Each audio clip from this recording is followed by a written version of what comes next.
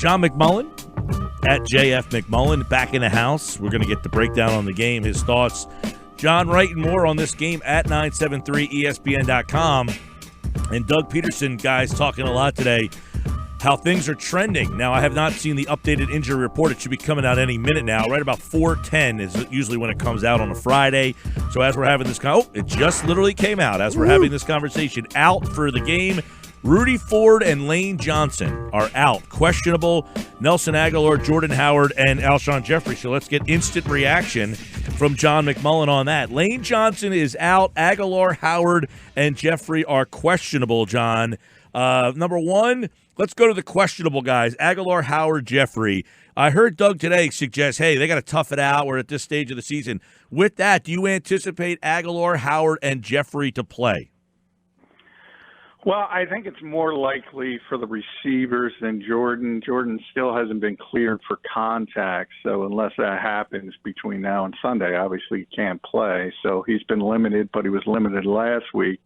He's doing certain things, but it hadn't been able to get over that hump, and that it was true today as well. Whereas if you listen to Doug and what he said about Alshon and Nelson, and he said they were both tough guys, sometimes you got to play through things. And at the very end, he said, we kind of expect that. So I think it's more likely Nelson and Alshon at least try to give it a go. And Jordan a little bit less likely because that's a big hurdle he's got to clear, and he doesn't have long to clear it. Lane Johnson out for the game. That's official just a minute ago. Just came out, so we know that Dillard's going to play there, John. But Dillard didn't sound all that optimistic about the move to right tackle. Yeah, well, I don't know if it was optimism. He was just trying to explain the difference between left and right tackle, and he's never played right tackle really ever, dating back. He picked up the game late in high school. He's always been a left tackle. Was so successful at it in college, and even back here. When the Eagles drafted him, they wanted to make sure they didn't put too much on his plate early in the offseason, even through training camp. So he took a few reps at right tackle every now and again, just jumping in a training camp environment, but only in individual drills, not in team drills. So now all of a sudden he's had to practice there this week. He compared it to writing left-handed or right-handed and vice versa, trying to do the other thing. So he's definitely not used to it, and the Eagles have made the decision that they'd like to get the best player out there as far as between him and Big V, as opposed to the guy who's more used to doing it. Vaitai's been a swing tackle for a long time now. So we'll see how it works out, but you can bet that Seattle, which moves Jadeveon Clowney around a little bit, they probably will hear that, and they'll want Jadeveon lined up against Andre Dillard as much as possible. John, I've heard you say a couple of times this week that you, and probably in general, more so beyond this week, you feel like the running game would be better if they just gave Jordan Howard the ball more. Is that fair? Yeah, that was fair. Mm-hmm. Really, since the beginning of the season, I thought they put a little bit talking about putting too much on people's plates. I think they did that with Miles. I think you saw a lack of confidence at times, a lack of conviction, at least when he was running between the tackles. Mm-hmm. And that'll come. I think that just comes with experience. And then when they finally shifted gears, I think that's when they had that short shelf of an identity almost. And it was with Jordan as the lead back and Miles as the counterpunch, so to speak. And I think that was working out well for them. Yeah, I think it was too. But I think 10 weeks in now, and we see what the Eagles' offense is, dink and dunk, not a lot of explosive elements. I actually think that they need to give the ball to Miles Sanders more as a runner and kind of commit to him the way, I could probably name a dozen running backs over the last 2 or 3 years, especially whether it's Kamara, whether it's Michelle, whether it's Chubb, a lot of first and second year running backs, Connor, who just, you live with their mistakes for the good things that they give you. And when I see Jordan Howard run with the ball, I think, yeah, he can get you 3 or 4 a lot, and you can move. But when I see Miles Sanders run, I always think that if you just gave him the ball 15 to 18 times a game, like some of the guys I mentioned, you're going to get a more explosive team. And I feel like this team needs more explosion. So I'm on the side of give Miles Sanders the ball more to get that lead. They definitely need more explosion. I think people look like who can give it to you, and there's not many options. And Miles is a better athlete, and you've seen Miles make big plays both in the passing game and the 165-yard run, which ironically was a great lead block by Jordan Howard when they were playing two running backs. But I get what you're saying. I guess, it was a matter of if it isn't broke, don't fix it. Now with the mentality of Jordan's not going to be there if he's not, and ultimately I would lean towards he's probably not going to be there. Yeah, then I would lean towards giving Miles Sanders the football more and see what happens, because you have to. And I've argued the same thing with J.J. Arcega-Whiteside. Difference with J.J. and why I criticize the Eagles for his use is because the guys in front of him are not producing. Whereas in the case of Miles, the guy in front of him was producing. Now he's not healthy, so I don't think it's a conversation. When he's healthy, Jordan Howard, look, he was given a lot to this team. And, the one game with 23 carries, the most in the Doug Peterson era, that tells you how much he was giving this team. Because Doug likes to give other people an opportunity. And that's one of my concerns with him out, because I think you're going to see more Jay Ajayi than you probably should, and even more Boston Scott than you probably should. So I want this team to get back to what the one thing they were succeeding with, and that was Howard as the lead back and Miles as the complement. Well, oddly, Sal Powell on earlier said he thought if Ajayi was in the game plan last week, right, that if they would have utilized him, that they would have won the game. So do you anticipate? Well, yeah, but you can't get him in the game plan. The theory they got Jordan Howard in the game. They figured out a way to get him on the field for 64 snaps. Jordan Matthews. Yeah, Jordan Matthews, I'm sorry. Jordan was there practicing. Jay got there Friday. He didn't even have. Right. He was also very critical of the Eagles for waiting so long in the week for bringing him in. Right. That was his biggest criticism, that he wasn't signed Monday. Right. That if they would have brought him in Monday, worked him, and let him practice, that he should have been in the game plan. And if in fact he was in the game plan, that they might have been able to win the game. Here's my rare defense of the Eagles is that Darren Sproles got hurt in practice. So on Monday, they thought they would have Darren Sproles, and if Darren Sproles doesn't get injured, Jay's not even here. So if he doesn't aggravate or re-injure, whatever you want to call it, during practice in the week, he's not shut down. He's in the game, and then you don't even have Jay Ajayi. So there was a timing aspect. It wasn't like the Eagles were going, we're going to wait just for Wake's sake. They thought Darren Sproles was going to be there, and they weren't even contemplating bringing anyone in at that point. It was only after Darren got hurt that they needed to add a body.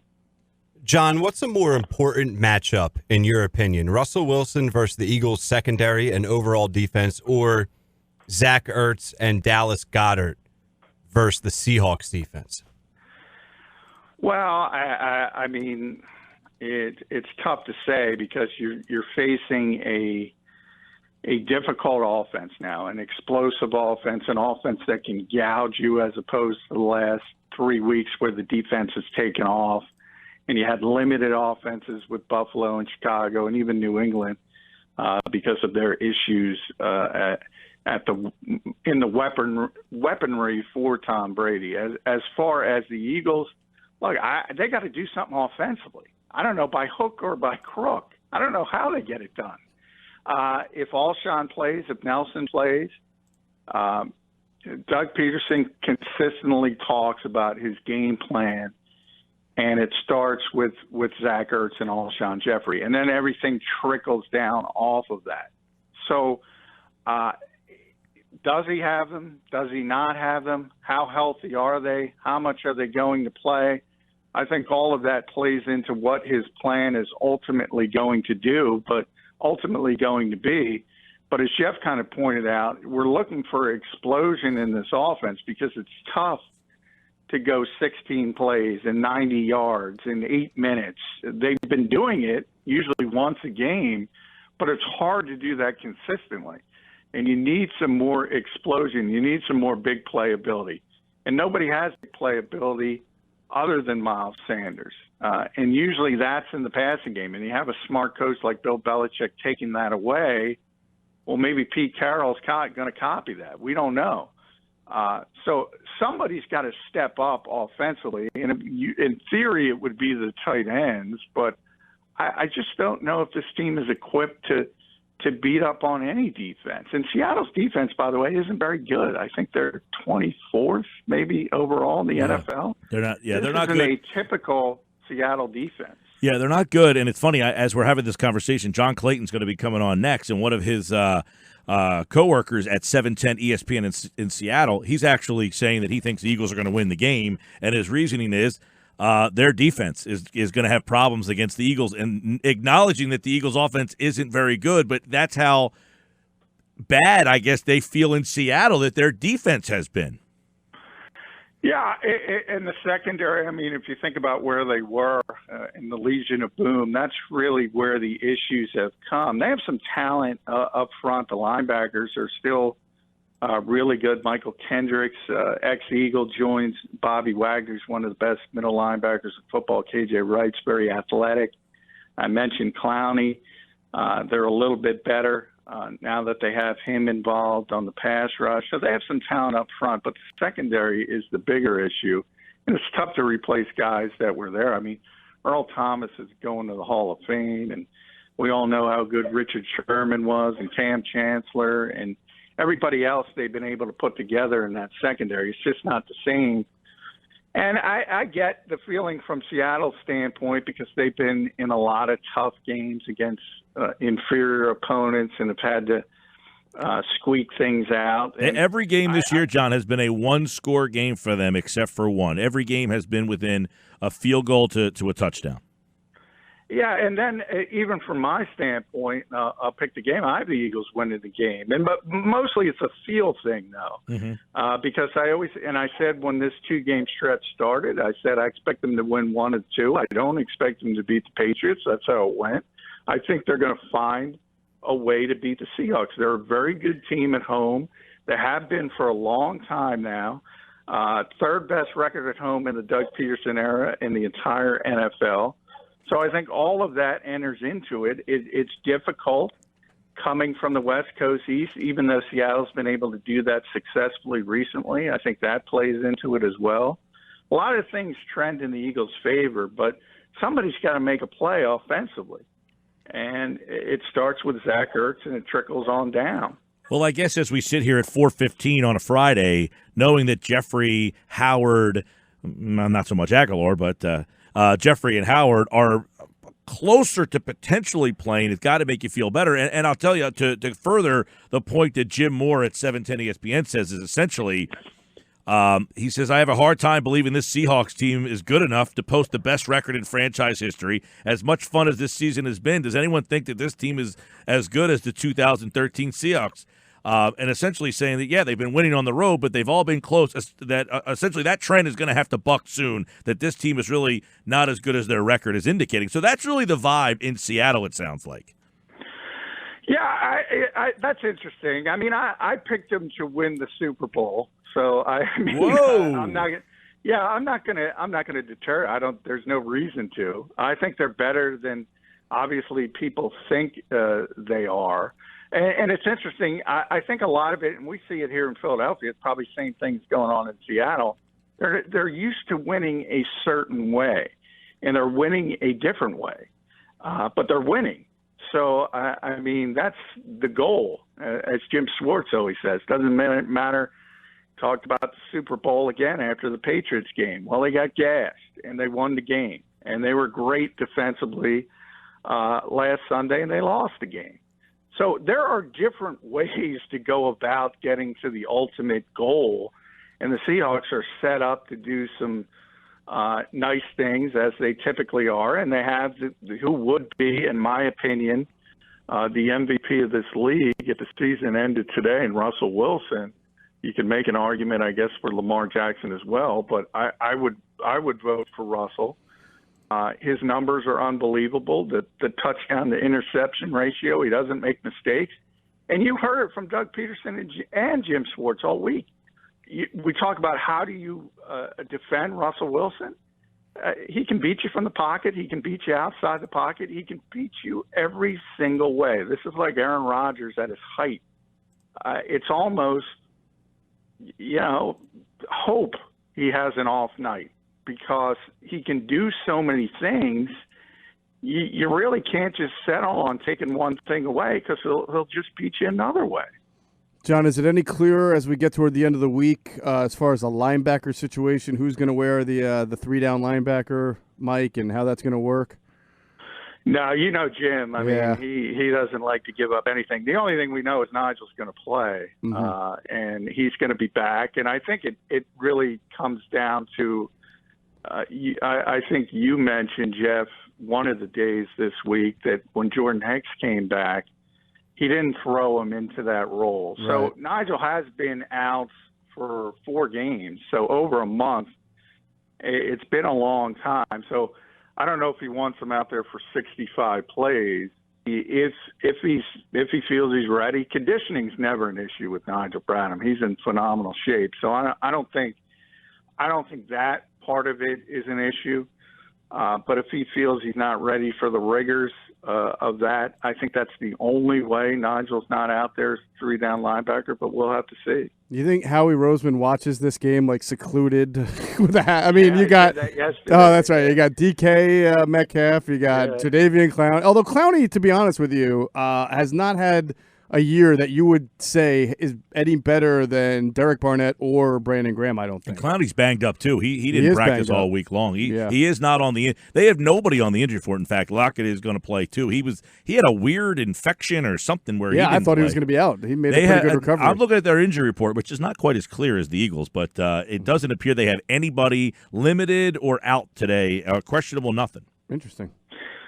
Yeah, I mean, the Eagles really didn't, and I know there was a lot of criticism. They didn't have a ton of interest in Clowney, and for what Seattle gave up for him and the fact that Houston is paying part of his salary, a lot of people got upset by that. But you have to understand the Eagles, spent the 14th pick in the draft on Derek Barnett not all that long ago. And that's the reason Chris Long isn't here, and that's the reason Michael Bennett isn't here. Because they didn't want to take snaps away from Derek Barnett, a player they think that can develop into something really special down the road. And I don't necessarily disagree with that. If Clowney's here, he's not playing. I mean, you can say rotate him, but if you have Clowney and what about Gordon? That type of talent. What about Gordon? Well, no, I mean, they had no interest in Josh Gordon. And I get, I mean, there's so many issues there. Yeah. It's better. There's so many receivers you can talk about, whether it's in the trade market that they should have went after, even Antonio Brown with his issues, because he's actually really good still as a receiver. You can make a stronger argument there. They never had any interest in Josh Gordon, and I can't blame them on that. But Jeff's right. I mean, Howie Roseman is going to sit there with his fingers crossed, and I wrote about that on 973ESPN.com. And he wants the Eagles to win, obviously. He always wants the Eagles to win. But you could stomach a loss a little bit more if it's not Clowney, Metcalf, or Gordon making the big plays to beat you. So I got some numbers here for you boys. You ready for these? I guess. Let's do it. The Seahawks have an 8-2 record with a plus 21 differential. In the last 30 seasons, teams who have met that criteria are 0-5 combined against the spread. Maybe that's why the number is where it's at right now. John, I know the Eagles opened up as a 3-point favorite. That kind of jumped. It's now down to a pick 'em here. But people are looking at that and saying, how the hell are the Eagles? Like most people, I think, at least over here, feel that the Seahawks are definitively the better team. Yeah, well, I mean, they've watched the Eagles play. I think they are definitively the better team, but I do. There are, it's tough to win on the road in this league, even though they have, and that's part of it as well. I think when you talk about all those numbers, you expect a regression to the mean at some point, and that's what people are kind of leaning on and saying, okay, you can't win every close game. You can't win on the road every week in this league. Something's going to go wrong at some point. And I tend to agree with that. In a large sample size, that is going to happen. That's one of the reasons why I'm picking the Eagles, but I'm doing it more not from an X's and O's standpoint, more as a spot standpoint. We always talk about logical wins and logical losses. I think this is a logical win for the Eagles and a logical loss for the Seahawks. All right, John McMullen likes the Eagles to win the game. And, of course, you can hear the Countdown to Kickoff show starts 10 a.m. right here on 97.3 ESPN with Tony Bruno, John McMullen, Colin Thompson, and company. They will be at Tollman Joe's on Sunday. You can hear it all right here on 97.3 ESPN. Follow John for more on the Eagles all weekend at 97.3ESPN.com and at JF McMullen. All right, John. Thanks, pal. All right, and 23-21. 23-21, Philadelphia. John McMullen, like all guests, appear via the Boardwalk Honda hotline.